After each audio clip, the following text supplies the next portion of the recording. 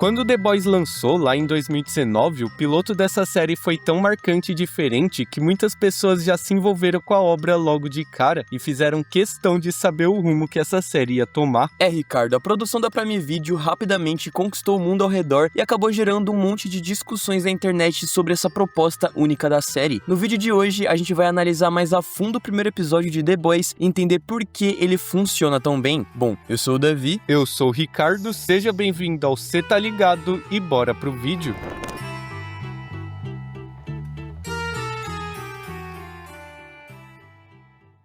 The Boys veio pra mostrar que histórias de super-heróis podem ser bem mais diferentes e realistas do que você imagina. Afinal, a proposta da série, que já é trabalhada perfeitamente nesse episódio, é desconstruir por completo a imagem que temos dos heróis tradicionais e mostrar uma versão muito mais brutal e até mesmo assustadora dessas figuras idealizadas. Só que o mais interessante é que a série começa fazendo justamente o contrário. Ela apresenta uma situação que a gente já tá muito acostumado em ver nesse tipo de filme: bandidos fazendo pessoas de refém e heróis aparecendo pra salvar todo mundo. E a cena como um todo representa muito bem essa idealização dos supers, né? Eles começam fazendo questão de mostrar a Maeve aguentando toda a porradaria, um carro literalmente se destroçando nela e a heroína nem se ferindo com aquilo. A produção até usa uma câmera lenta pra dar essa sensação épica e pra glorificar o momento, sabe? E quando o Capitão Pátria chega em cena, quem não lembrou imediatamente da semelhança com Superman? Os raios laser saindo dos olhos, um uniforme parecido que carrega uma capa e até mesmo a sensação de imponência que ele transmite. Porém, essa cena já traça uma diferença muito importante, porque enquanto o Superman ou qualquer outro herói tradicional evitam matar a qualquer custo, o Homelander faz o oposto. Ele mata um cara de uma forma completamente casual, como se não fosse nada pra ele. E depois que já tá tudo resolvido, temos aquele clássico momento de celebração e idolatria, com as pessoas enxergando o Capitão Pátria como o grande salvador da humanidade.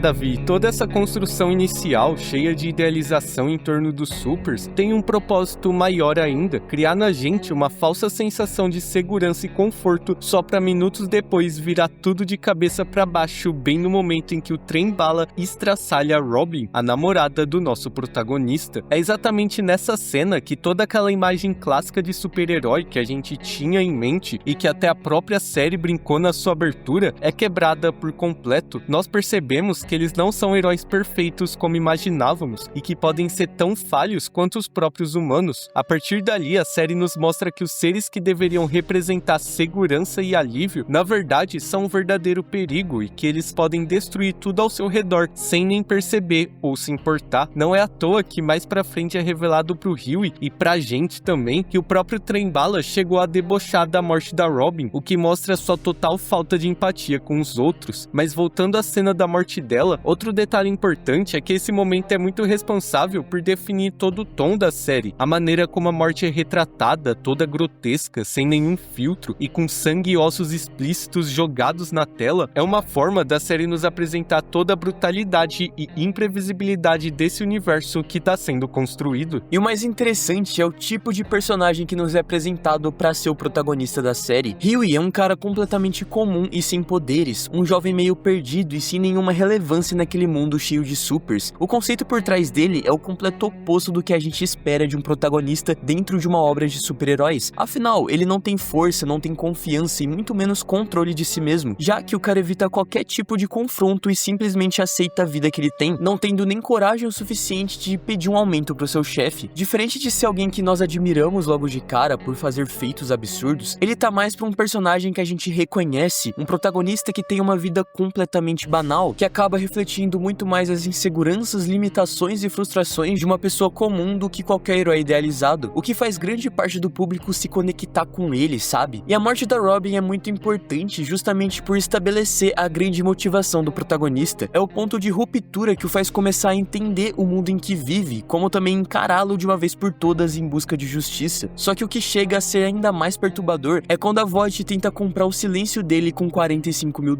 o que acaba deixando bem claro a desumanização dessa organização, porque além de ser injusto, é totalmente ofensivo, sabe? Como se todo o trauma que a morte morte gerou nele pudesse ser encerrado com um contrato e um valor em dinheiro, cara. Além disso, é muito interessante como essa revolta dele vai crescendo aos poucos. Tem uma cena, inclusive, que representa muito bem isso, que é quando ele tá numa loja e tá cercado por diversos produtos patrocinados pelo Trem-Bala, criando um contraste muito forte entre a fantasia que o resto do mundo continua consumindo e a realidade que ele conhece de saber que aquele super é um verdadeiro monstro, sabe?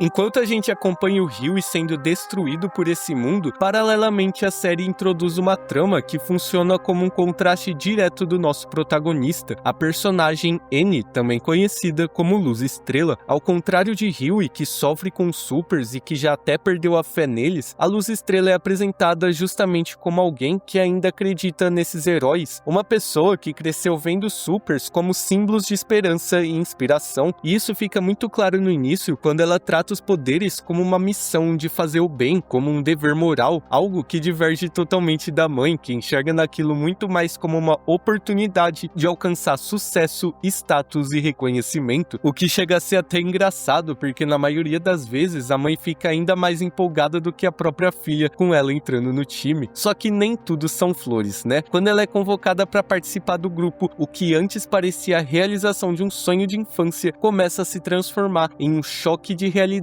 e posteriormente em um pesadelo. Afinal, a série faz questão de mostrar que aquele mundo idealizado por ela gira em torno de números, interesses, campanhas publicitárias e aprovação do público, e que o heroísmo é apenas mais um pequeno detalhe em meio a todo aquele sistema gigantesco. Mas essa quebra fica ainda mais brutal logo depois na cena com o Profundo, em que ele simplesmente chega a abusar da personagem, nos expondo ainda mais a toda essa corrupção interna da VOT. E o mais pesado é que os Sete parecem não estar nem aí pra situação, já que quando a própria Maeve descobre sobre esse caso, ao invés dela ficar toda chocada, ela reage com uma naturalidade assustadora, como se já tivesse acostumada com isso, o que chega a ser bizarro, né, cara? Conforme o episódio avança, a série vai expondo cada vez mais a corrupção daquele sistema. Se antes a gente já foi chocado com o Super explodindo a Robin e outro abusando da Luz Estrela, agora a série decide ir ainda mais fundo, mostrando a decadência total desses supostos heróis ao introduzir um clube secreto deles. O clube acaba funcionando como um retrato cru de quem eles realmente são quando ninguém tá olhando, ou seja, um símbolo perfeito que revela a verdadeira natureza dos supers. Se em público eles são vistos como heróis, inspirações a serem seguidas e exemplos de perfeição, aqui nesse lugar todas essas aparências são quebradas, dando espaço para excessos, irresponsabilidades e uma total ausência de limites. E o mais bizarro é toda essa hipocrisia, né? Porque lá fora muitos deles defendem diversos ideais, falam que são contra ou a favor de determinado assunto, mas quando estão longe dos holofotes, mostram que não seguem nada disso e são extremamente contraditórios. Porém, no meio desse caos todo, a série decide fazer uma pausa para algo muito mais íntimo e humano, que é o encontro do Huey e a Annie. O curioso é que agora, mesmo sem saberem quem o outro é e estarem ali puramente pelo acaso, acaba surgindo um paralelo muito forte entre eles. Mesmo que Huey tenha sido destruído no lado pessoal e ela no lado profissional, os dois acabam sendo vítimas do mesmo jogo, a VOT. E é nessa cena que a gente percebe que a Luz Estrela pode ser a grande esperança dessa história, sabe? Porque diferente dos outros supers, ela se incomoda com toda essa corrupção, ela sente o impacto daquilo tudo, e como a própria personagem diz, ela vai lutar contra esse sistema assim como o próprio Huey. Só que a gente sabe que sozinho nosso protagonista não daria conta de enfrentar a VOT, né? Porque por mais que ele tenha motivações pra isso, o Huey não tem conhecimento nem experiência o suficiente pra bater de frente com algo tão grande, e é por causa disso que a série decide introduzir Billy Butcher como uma resposta direta a todas as limitações do Huey. E o curioso é que o Brutus acaba funcionando como o oposto do protagonista, porque enquanto o Huey é todo desajeitado e inseguro, o Butcher é um estrategista nato, habilidoso, muito bem treinado em combate e completamente no controle da situação. E claro, além disso, o Billy entende muito mais sobre como aquele sistema funciona por dentro. Ele sabe que os supers escondem segredos e tá ligado de toda a corrupção, só que por mais diferentes que eles possam ser, os dois personagens ainda carregam motivações semelhantes, porque o Billy também tem esse ódio pelos heróis, um cara que já viu de tudo e que não confia mais em nenhum deles. É por isso que, diferente do seu próprio pai, o Brutus conhece a dor do Huey, sabe? Ele entende os traumas e as injustiças que ele possui, o que acaba também criando uma conexão muito genuína entre eles. E o que não falar do carisma absurdo desse personagem, né? Todo o seu cinismo protagonismo, sua ironia constante, sua brutalidade, como o próprio nome já diz, faz dele alguém que rouba atenção toda vez que entra em cena, mas o que eu considero o ponto mais inteligente da introdução dele é como o Brutus transforma toda a fragilidade do Hughie numa verdadeira oportunidade para enfrentar a Vought. Isso porque o fato dele ser um simples cidadão faz com que ele vire uma peça-chave para o plano que o Brutus começou a montar. Basicamente é aí que entra a ideia da escuta, de usar o Hughie para se infiltrar na empresa e plantar um dispositivo lá dentro para finalmente expor todos os segredos que aqueles heróis escondem. Só que embora esse plano seja muito bem pensado, a gente tem que lembrar que o Hughie é extremamente inexperiente em situações como essa, o que acaba levando ele a deixar a escuta cair e eventualmente ser descoberto pelo translúcido. E é aqui que a gente chega no grande clímax do episódio, que acaba virando a chave da história, porque tudo aquilo que vinha sendo construído até então, como a crítica ao sistema, o desconforto, a tensão, finalmente se transforma em um perigo real, colocando os nossos personagens frente a frente com uma ameaça que eles não têm a menor chance de enfrentar em condições normais. E é interessante que desde o momento que o translúcido invade a loja do Hughie procurando respostas e partindo pra cima dele, a série deixa claro que esse não é um confronto equilibrado, porque por mais que o translúcido não esteja no mesmo nível que o Capitão Pátria, por exemplo, ele ainda não deixa de ser um super, alguém fisicamente superior, resistente pra caramba e muito imprevisível. E isso pesa mais quando a gente percebe quem tá do outro lado, né? Porque o Hughie continua sendo aquele cara comum, sem preparo e experiência em combate, enquanto o próprio Butcher, com toda a habilidade que ele tem, ainda sofre bastante na mão do translúcido, mesmo depois dele simplesmente ter atropelado o Super com seu carro. Só que a cena se destaca ainda mais na maneira como eles resolvem o conflito, porque ao invés de resolver só na força bruta ou em um momento heróico tradicional, eles neutralizam o cara no puro improviso, através do Hughie o eletrocutando. E por mais que eles venceram essa situação, outro fato bastante importante aqui é o que isso representa pro nosso protagonista, porque esse é o momento em que ele cruza uma linha sem volta, sabe? Ele deixa de ser apenas uma vítima daquele sistema para se tornar alguém que agora faz parte ativamente do conflito. Mas é na cena final que The Boys entrega o seu golpe mais pesado, porque ali toda a ideia de heroísmo é destruída de uma vez por todas quando o Capitão Pátria explode aquele avião com seus raios laser. Mas é claro que esse momento não acontece por acaso, porque na verdade ele se conecta diretamente com aquela negociação lá atrás envolvendo o prefeito de uma cidade. Basicamente ele se recusa a comprar um super da Vought por 300 milhões de dólares, mas mais do que isso, e o que talvez seja o mais importante, é que ele também demonstra saber sobre o tal composto V, o que automaticamente transforma o cara em um problema para a empresa. E a gente sabe que a Vought vai se dispor a fazer qualquer coisa para se manter no poder, né? Afinal, a empresa não queria pôr de jeito nenhum seus interesses em risco, e é por isso que a cena final do avião representa muito bem essa questão. Se você não joga o jogo deles, então você vai ser eliminado. Além disso, esse momento revela quem o Capitão Pátria é de verdade, porque tirando o fato de que ele é o grande nome da empresa, ele também é a arma mais perigosa, alguém que impõe poder através do medo e da destruição, ao ponto de simplesmente derrubar um avião cheio de pessoas, incluindo inocentes, sem se importar nem um pouco com aquilo. E chega até a ser curiosa essa ironia que eles fazem, cara, pois aquele mesmo personagem que foi apresentado lá no começo como símbolo máximo de esperança e inspiração, agora termina o episódio como a maior ameaça de todas. No fim, cara, o primeiro episódio de The Boys é tão bem construído e apresenta tão bem os conflitos e os personagens que ele te faz naturalmente continuar assistindo a série por curiosidade. Afinal, quando a gente termina esse piloto, surgem diversas perguntas na nossa cabeça, tipo, como dois simples seres humanos vão lidar com uma ameaça tão grande como um super? E quais vão ser as consequências disso tudo? Até onde o Hughie estaria disposto a ir pra fazer justiça? O quão perigoso é esse lugar que eles se meteram? Quando a gente termina o episódio, a gente sabe que por mais que eles tenham desmaiado o translúcido e vencido aquela primeira batalha, a série não resolveu todo o conflito, porque, pelo contrário, a verdadeira guerra contra os supers só tava começando.